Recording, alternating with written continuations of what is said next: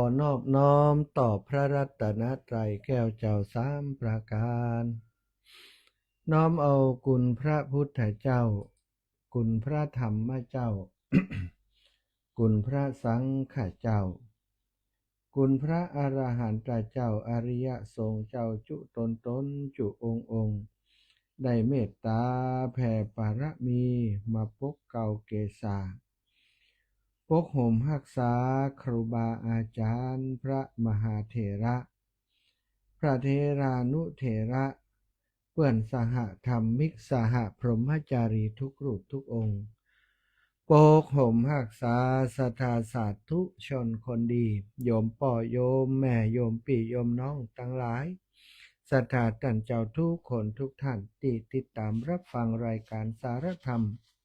ยามค่ำตั้งสถานีวิทยุเพื่อพระพุทธศาสนาคลื่นสีขาวเพื่อชาวประชาวัดบรรพตสถิต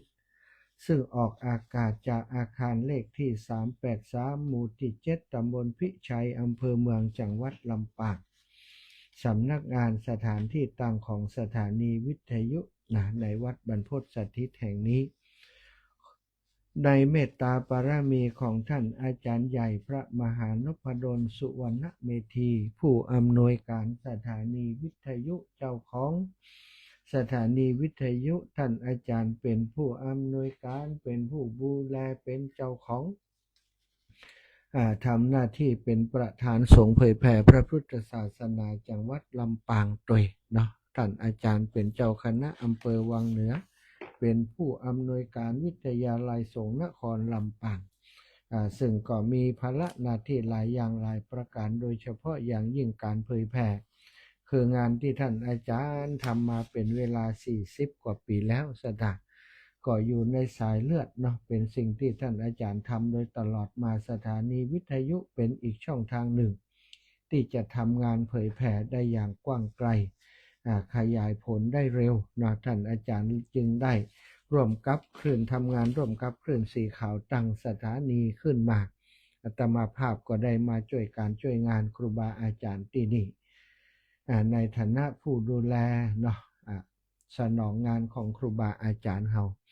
ขอบคุณทีมงานสถานีวิทยุซึ่งก็มีน้องแอมพัชริยาฟองจันตาเจ้าหน้าที่สถานีน้องนัทสถาพรสุธาคำช่างเทคนิคน้องดิวอนุพงษ์ตาจีนะก็อีกคนหนึ่งที่ดูแลเป็นช่างเทคนิคของสถานีทุกวันจะมีการออกอากาศตั้งแต่ตี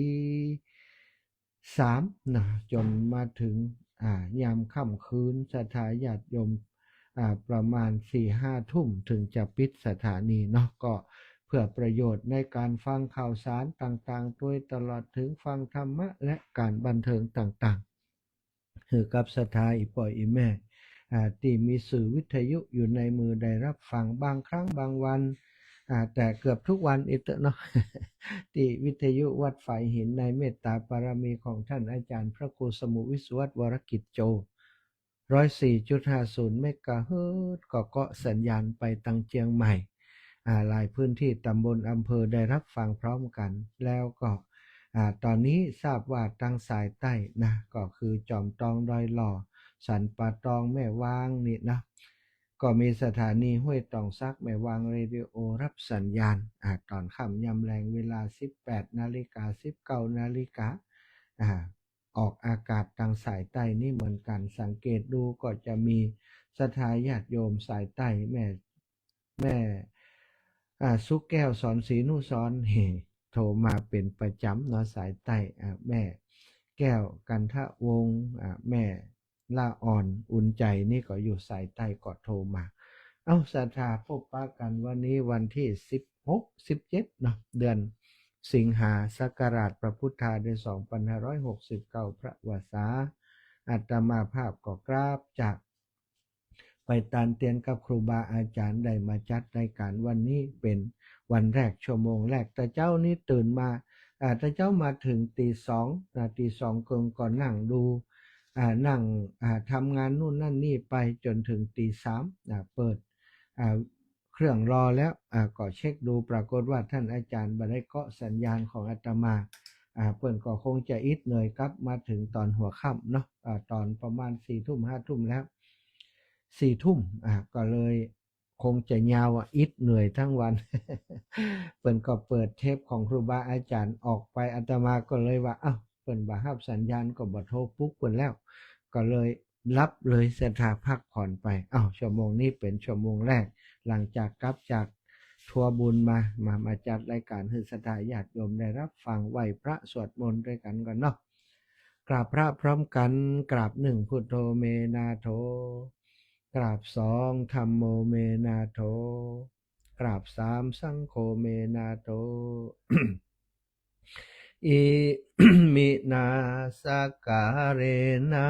พุทธังอภิปูชยามิอิมินาสการเรนะธัมมังอภิปูชยามิอิมินาสการเรนะสังฆังอภิปูชยามิอะระหังสัมมาสัมพุทโธภะคะวาพุทธังภะคะวันตังอภิวาเทมิกราบ สวากขาโตภะคะวะตาธัมโมธัมมังนะมัสสามิกราบ สุปฏิปันโนภะคะวะโตสาวกสังโฆสังฆังนะมามิกราบนะโมตัสสะภะคะวะโตอะระหะโตสัมมาสัมพุทธัสสะนะโมตัสสะภะคะวะโตอะระหะโตสัมมาสัมพุทธัสสะนะโมตัสสะภะคะวะโตอะระหะโตสัมมาสัมพุทธัสสะ พุทธังสรณังกัจฉามิธัมมังสรณังกัจฉามิสังฆังสรณังกัจฉามิตุติยัมปิพุทธังสรณังกัจฉามิตุติยัมปิธัมมังสรณังกัจฉามิตุติยัมปิสังฆังสารนังกัจฉามิตาติยัมปิพุทธังสารนังกัจฉามิตาติยัมปิธัมมังสารนังกัจฉามิตาติยัมปิสังฆังสารนังกัจฉามิอิติปิโสภะคะวะอะระหังสัมมาสัมพุทโธวิชชาจารณะสัมปันโนสุขโตโลกาวิทูอนุตตโรปุริสธรรมสารถิสัทธาเทวมนุสสานังพุทโธภะคะวะติสวากขาโตภะคะวะตาธัมโมสันทิฏฐิโกอากาลิโกเอหิปัสสิโกโอปันญญิโกปัจจัตตังเวทิตาโพวินยูหิติสุปฏิปันโนภะคะวะโตสาวกสังโฆอุชุปฏิปันโนภะคะวะโตสาวกสังโฆยายาปฏิปันโนภะคะวะโตสาวกสังโฆยะติทังจัตตาลิปุริสายุ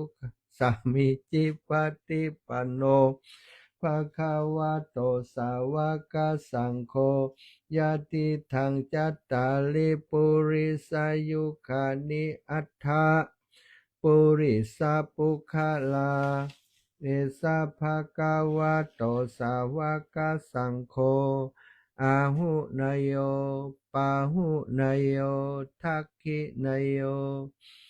อัญชลิกระนิโยอนุตตรังปุญญเขตังโลกัสสติกราบพระพร้อมกันเนอกราบ1พุทธังวรันตังศิรสานะมามิ กราบสองธัมมังวรันตังศิรสานะมามิกราบสามสังฆังวรันตังศิรสานะมามิศรัทธาญาติโยมไหว้พระสวดมนต์ทำวัดเย็นโดยการเรียบร้อยแล้วเนาะก็จะได้ต่อจากนี้ก็จะได้นำสารธรรมเรื่องราวดีๆที่มีประโยชน์ที่ควรแก่การนำมาสนทนาอุจาเพื่อสร้างเสริมกำลังศรัทธาปัสสัทธะในพระพุทธศาสนากำลังศรัทธาในการทำคุณงามความดีสร้างบุญสร้างกุศลให้เกิดมีขึ้นคือในมโนสำนึกในจิตในใจของศรัทธาญาติโยมอีป่อยอีแม่ทั้งหลายตามเวลาที่ได้รับมอบหมาย19 ถึง 20 นาฬิกาเนาะพบปะกันวันนี้วันที่17ก็หลังจากไปทำกิจกรรมท่องเที่ยวทัวร์บุญนำศรัทธาญาติโยมไปแสวงบุญเต้นศรัทธาคลื่นสีขาวตั้งหลายตีต่างภาคอีสานนะ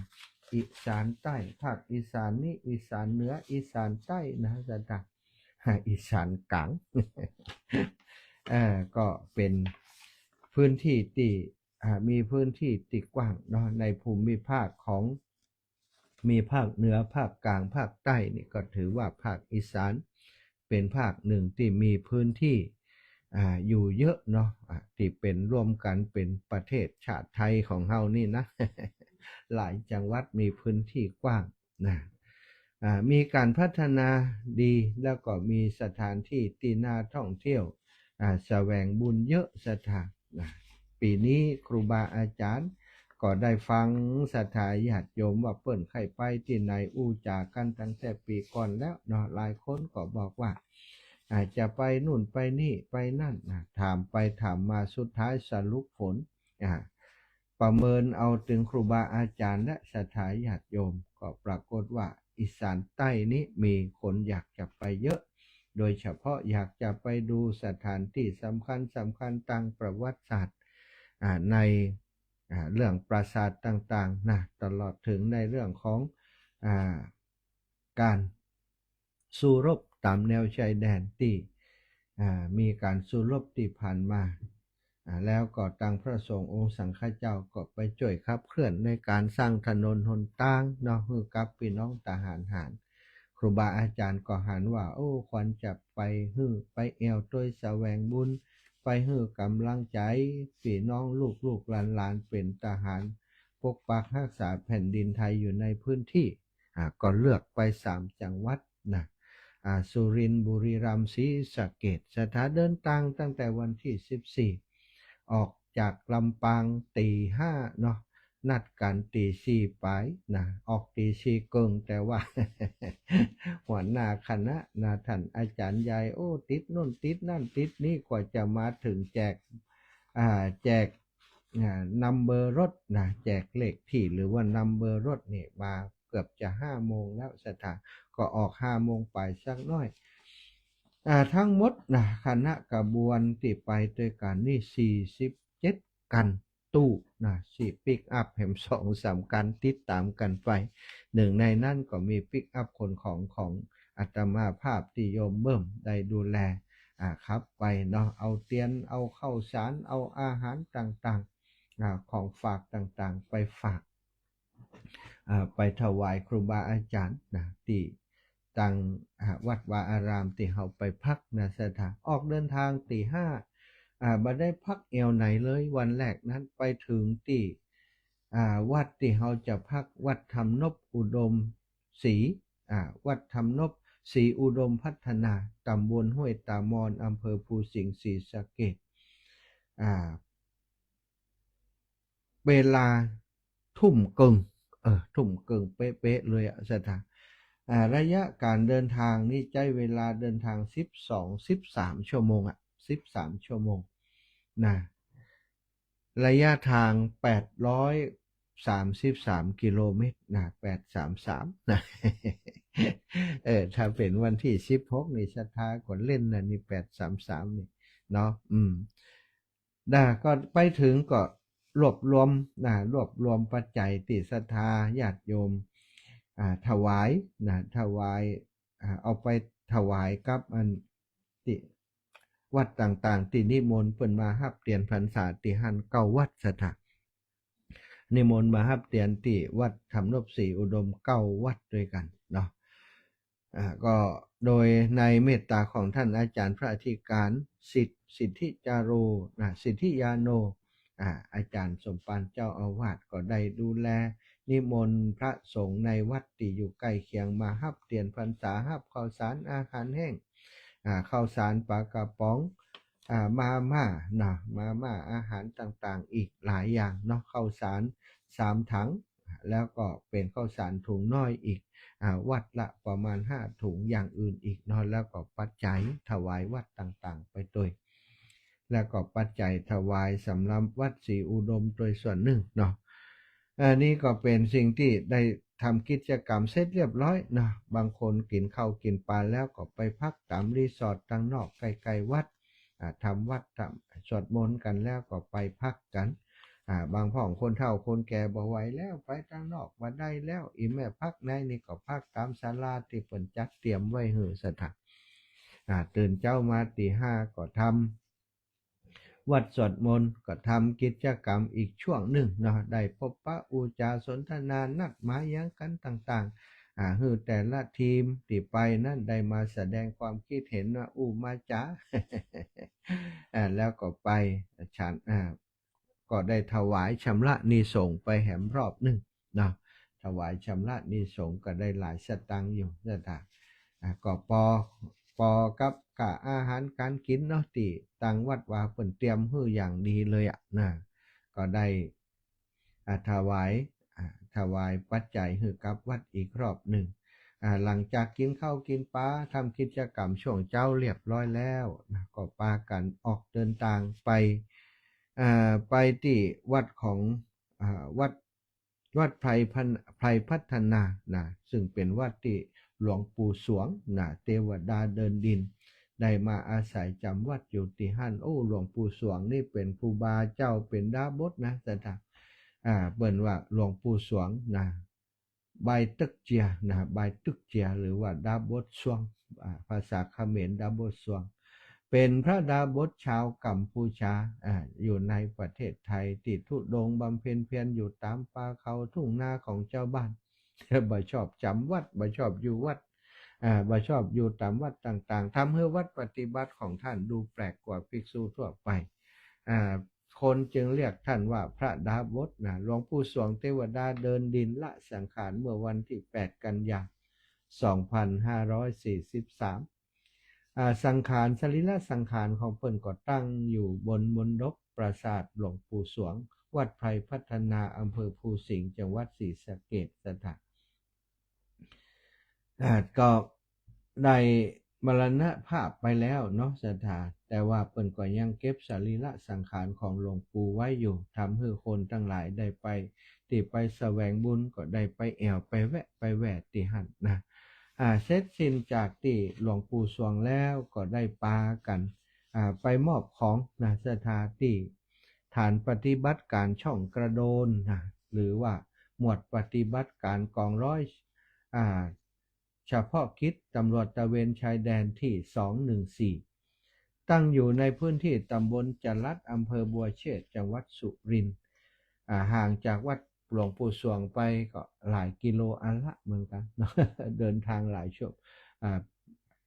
เกือบจะชั่วโมงสถานเพราะว่าเข้าไปในที่ธุรกันดารเนาะเป็นลูกลังเป็นอะไรยังไปตัวนี้เป็นหน่วยงานด้านความมั่นคงแนวชายแดนไทยกัมพูชาห่างจากแนวชายแดนประมาณ3 กิโลเมตรมีภารกิจหลักในการดูแลความสงบเรียบร้อยป้องกันการลักลอบตัดไม้พยุงและสกัดกั้นการทำผิดกฎหมายตามแนวชายแดนสังกัดกองร้อยตระเวนชายแดนที่214กองบังคับการตำรวจตระเวนชายแดนที่21สถานก็ได้ไปเจอพี่น้องทหารบางคนนี่หันทหารป๊อบวิ่งไปหาเลยนะ วิ่งไปหาทหารเนาะไปถ่ายรูปไปถ่ายรูปกับพี่น้องทหารก็ ดีใจคนเฒ่าคนแก่ได้ไปหันทหารโอ้เปิ่นปกครองปกปักอธิปไตยของประเทศชาติของเฮาเนาะอยู่ที่อยู่ที่ชายแดนเป็นอ่าปกปักรักษาแผ่นดินให้กับเฮาคนไทยทั้งหลายนั่นกะเนาะก็เลยได้ไปมอบสิ่งของเข้าหลายไต่ซะได้เข้าเข้าซะ10 กว่าไต่นะเข้า10 กว่าไต่มาม่าแฮมมาม่าเป็นกล่องนี้มาม่า10 กล่องปลากระป๋อง10 ชุดอย่างอื่นแฮมเยอะเนาะน้ำแล้วก็แถวนั้นเปิ้นสร้างถนนโดยก็เอาเครื่องดื่มเป็นกระทิงดงกระทิงแดงไปฮื้อซึ่งแต่ละตู้นี่ก็เอาน้ำไป2 แพ็คนะเครื่องดื่มกระทิงแดง1 แพ็คมาม่า2 กล่องแล้วก็ปลากระป๋อง1 แพ็คไปมอบให้กับทหารที่ช่องกระโดนเนาะสะดาหลายคนเฒ่าคนแก่ก็ได้ถ่ายรูปกับพี่น้องทหารอยู่หลังจากนั้นก็มาที่วัดเขาศาลาเนาะวัดเขาศาลาซึ่งเป็นสถานที่หรือว่าเป็นวัดที่หลวงป่อนะหลวงป่อหลวงตาเยินนะขันติพะโลที่เฮาหันในโทรทัศน์ทีวีที่เปิ้นสร้างถนนขึ้นไป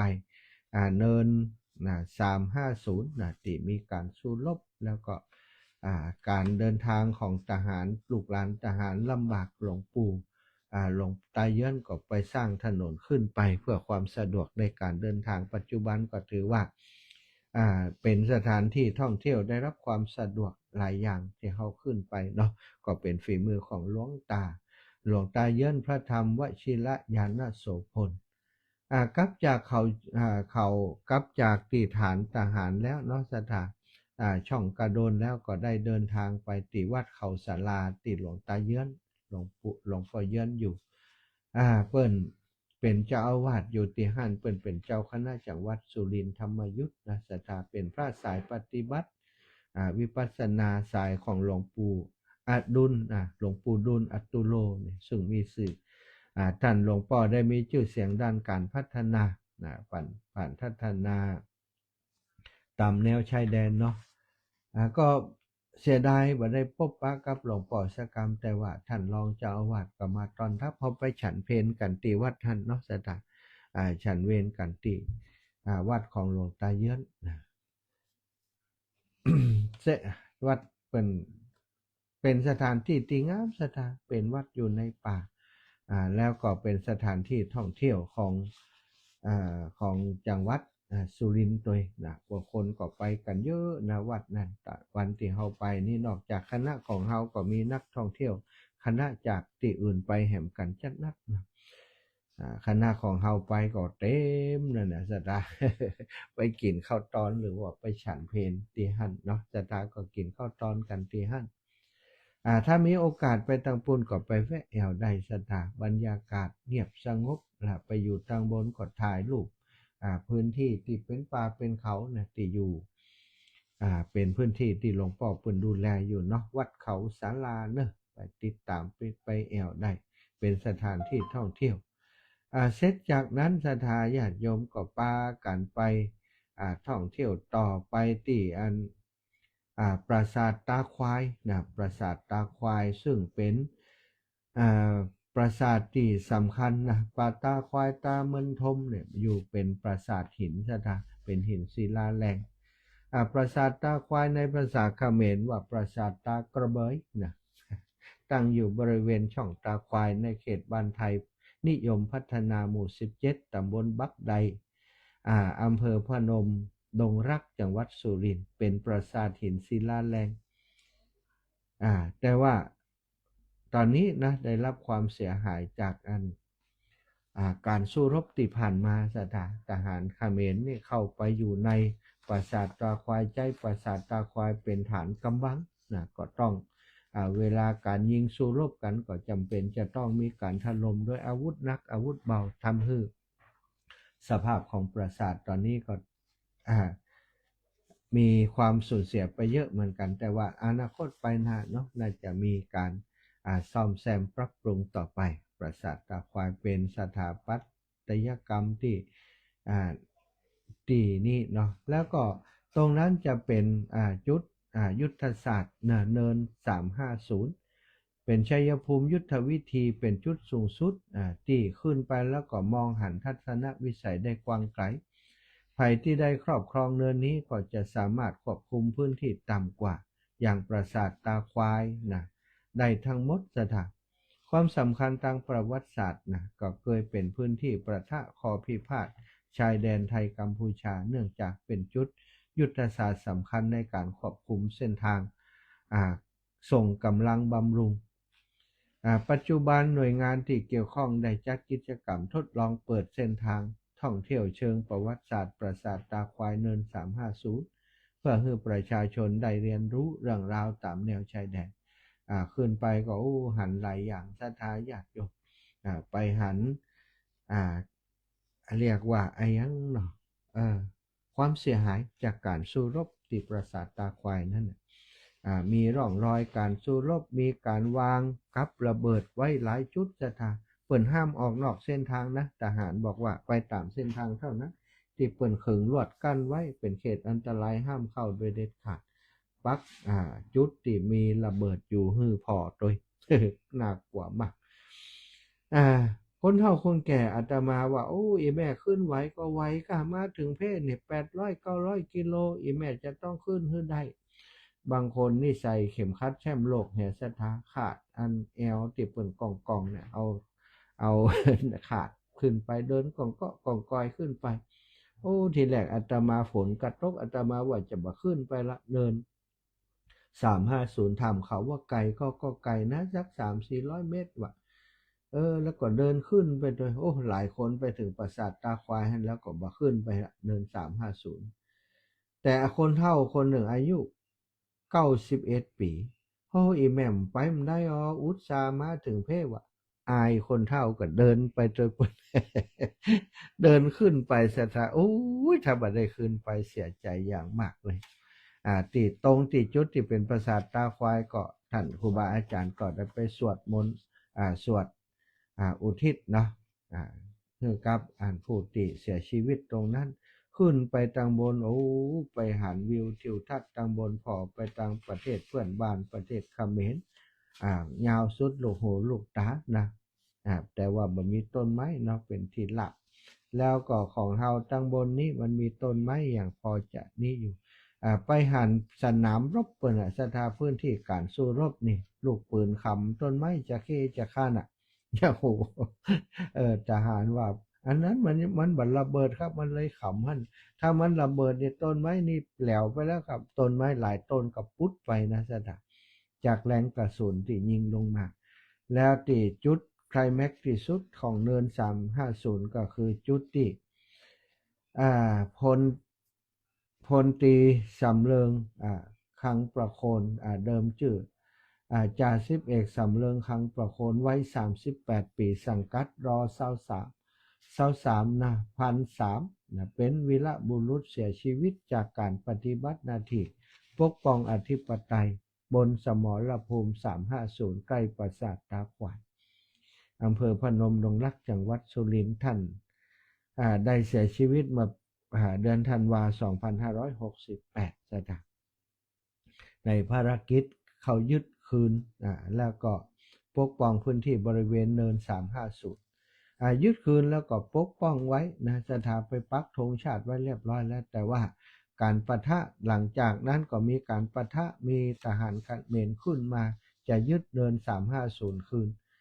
จาเริงก็ได้เฝ้าอยู่ที่หั่นก็ได้ต่อสู้แล้วก็เสียชีวิตที่หลุมบังเกอร์หั่นเปิ้นก็ตั้งอันมุดหมายอนุสาวรีย์เรียกว่าจารึก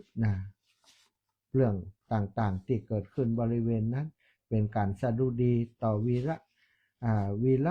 รกรรมที่ดีงามของจาเริงไว้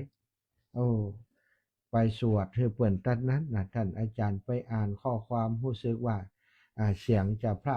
าไป คงจะสะเทือนใจเหมือนกันเนาะการนำร่างของจาเริงออกจากที่นั้นใช้เวลา1 วันเต็มในการกว่าจะออกมาได้เพราะว่าทหารฝ่ายตรงข้ามเข้ามายึดต่อมาก็เลยต่อสู้กันที่หันลูกปืนขำจะเข้จะฆ่าอยู่หันก็ นั่นคือการต่อสู้เพื่อจะนำร่างของจาเริงกลับมาตีบ้านตีจองจาเริงนี้ได้รับสดุดีพระเกียรติยศจากพระเจ้าอยู่หัวกรุณาโปรดเกล้าได้รับศพไว้ในพระบรมราชานุเคราะห์พระราชทานเพลิงเป็นกรณีพิเศษ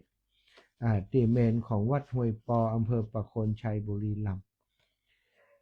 นี่สถาพลตรีสำเริงประโคนคลังประโคนเนาะ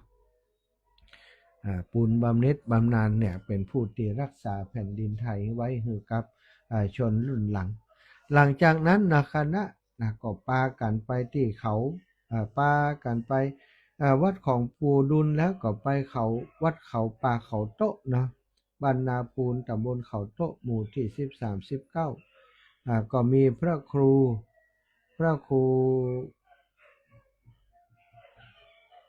มณีพระครูปูนมณีพระครูพนมศิลาจารย์หลวงตาสันตอนรับดูแลแล้วก็พาไปที่ปราสาทตาควายตาเมืองทมในสถานก็ได้หลวงพ่อพระครูนั่นแหละพาไป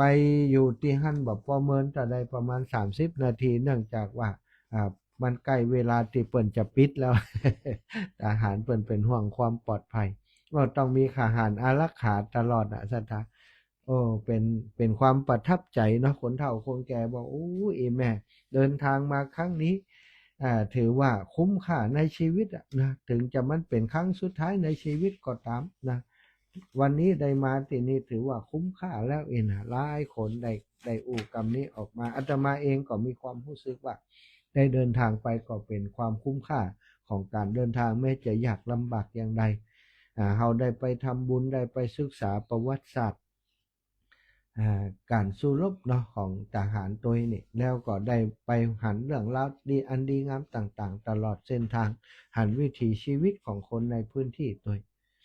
เสร็จจากการท่องเที่ยวแล้วเนาะจากนั้นก็แต่ละคณะแต่ละกลุ่มก็ไปหาที่พักกันเองคืนวันที่15กลุ่มของอาตมาซึ่งก็มีกัน6 กันจากลำปาง7 กันถึงรถปิกอัพแล้วก็อีก2 กันจากเวียงป่าเป้า8 กัน9 กันเนาะได้ไปพักที่วัดห้วยสำราญของท่านหลวงพ่อท่านพระครูปริยัติธรรมาภรณ์ท่านอาจารย์กิมโคสะธรรมโมเจ้าคณะอำเภอกระสังซึ่งเป็นครูบาอาจารย์ที่อาตมาเคารพนับถือพบหากันไปเฮียนบาลีด้วยกันที่วัดขันเงินชุมพรหลวงพ่อเป็นเจ้าคณะอำเภออยู่ที่หันก็ปาศรัทธาญาติโยมไปเยี่ยมกะละวะไปพักที่หันตัวเนาะก็ได้รับการต้อนรับดูแลเป็นอย่างดีสถานได้ถวายข้าวน้ำอาหารที่หลวงพ่อให้แถมส่วนหนึ่งได้นอนที่นั่น1 คืนรุ่งเช้ามาถวายปัจจัยชำระนิสงส์เรียบร้อยแล้วก็ปากันออกเดินทางไปแอวที่ปราสาทหินพนมรุ้งซึ่งเป็นสถานที่ท่องเที่ยวที่สำคัญทางประวัติศาสตร์ของจังหวัดบุรีรัมย์จังหวัดบุรีรัมย์ปราสาทอุทยานประวัติศาสตร์พนมรุ้งหรือว่าปราสาทหินพนมรุ้งเป็นอุทยานประวัติศาสตร์แห่งหนึ่งของประเทศไทยภายใต้การดูแลของกรมศิลปากรกระทรวงวัฒนธรรม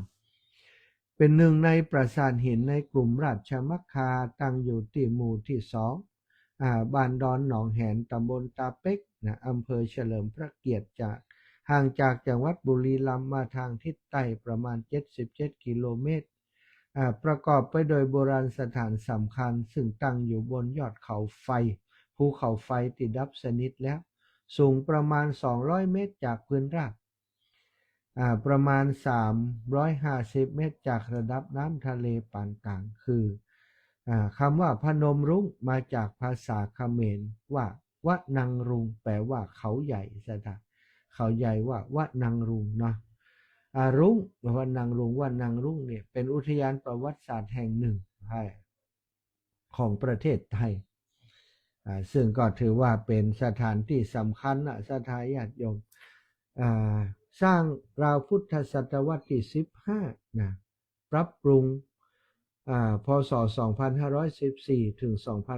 2531 ผู้สร้างคือพระเจ้าราเชนทรวรมันที่2 ผู้ปรับปรุงกรมศิลปากรประเทศไทย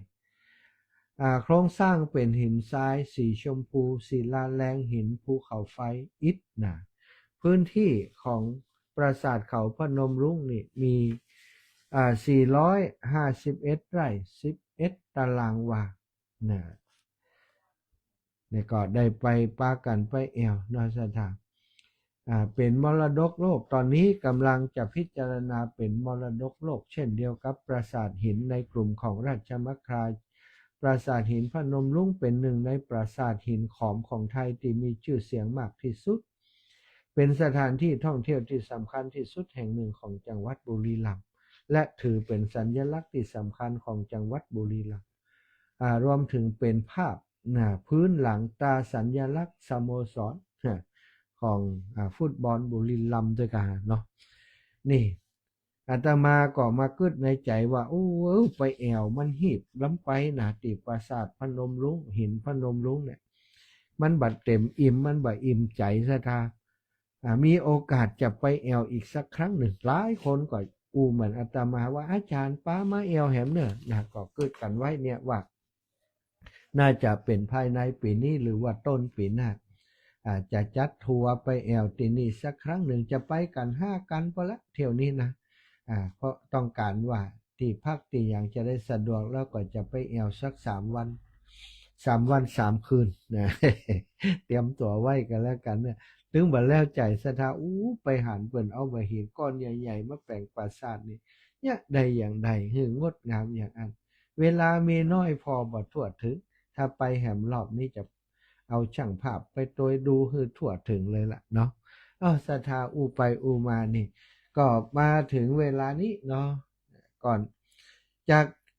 เขาพนมรุ้งนะปราสาทหินพนมรุ้งกับปากันเดินทางกลับศรัทธามาแวะอยู่ตาม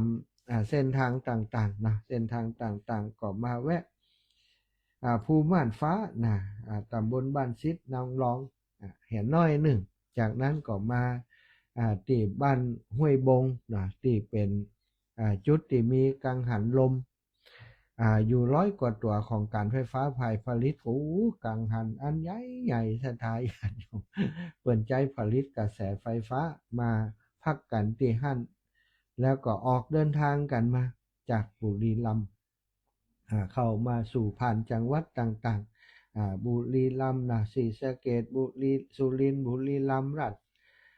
นครราชสีมาสระบุรีลพบุรีเพชรบูรณ์นะนครสวรรค์พิจิตรพิษณุโลกอุตรดิตถ์แปร่ลำปางมาถึงลำปางของเราตีสอง45 นาทีสถานแต่คืนนี้รวมระยะการเดินทางแต่ว่านี้ก็ร่วม13 ชั่วโมงเหมือนเดิมนะเนาะระยะไกลแต่ว่าทุกคนก็เดินทางกลับโดยสวัสดิภาพปลอดภัยกันกุคน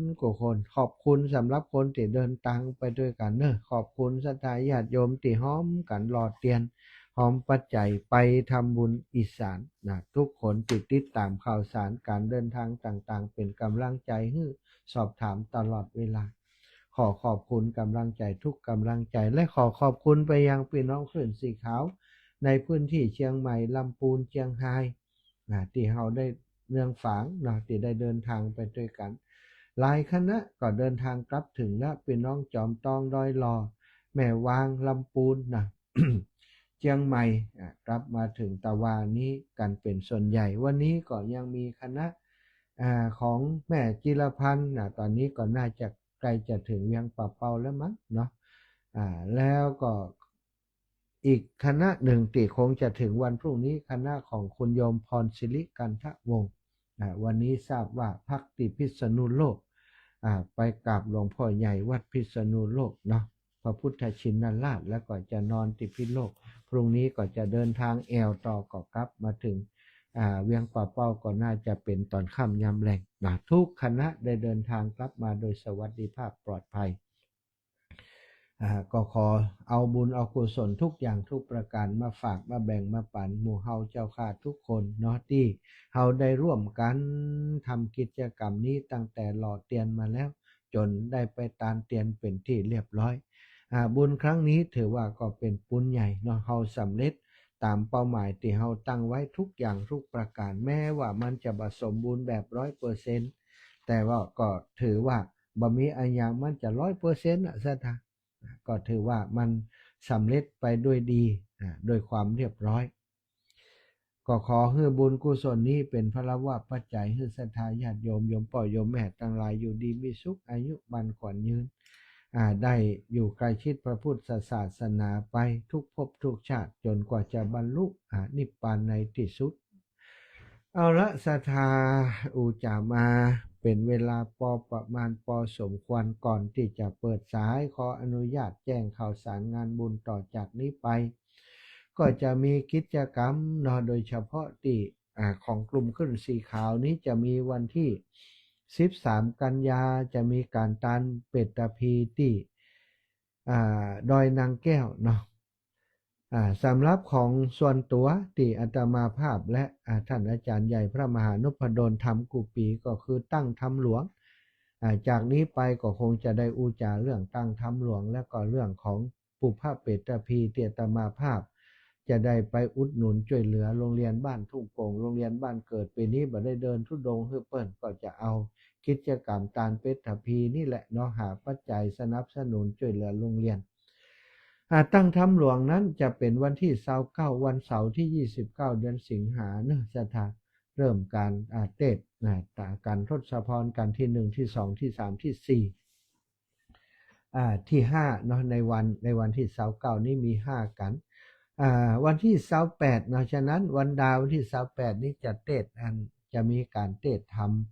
อันนี้สงเวชสันตละมาลัยเก้ามาลัยปายเนาะ3ผูกนะสถานมาลัยเก้ามาลัยหวายแล้วก็อันนี้สงเวชสันดรจะเทศวันที่28วันดาเนาะส่วนที่29นั้นก็จะเทศธรรมตั้งแต่ผูกที่1ถึงผูกที่5วันที่27ผูกที่6 7 8 9 10นะ5ผูกเหมือนกันแล้วก็หลังจากนั้นวันที่17นะวันเสาร์ที่17เดือนตุลาจะเป็นผูกที่10 11 12 13นะมี13ผูกอันนี้ก็แจ้งให้ศรัทธาญาติโยมที่จะร่วมเป็นเจ้าภาพเนาะวันที่28จะมีอยู่3ผูกวันที่29จะมีอยู่5ผูกเนอะไปจะเป็นเจ้าภาพด้วยกันก็แจ้งมากันแล้วกันแล้วหลังจากนั้นคือเดือนกันยานั้นวันที่7กันยา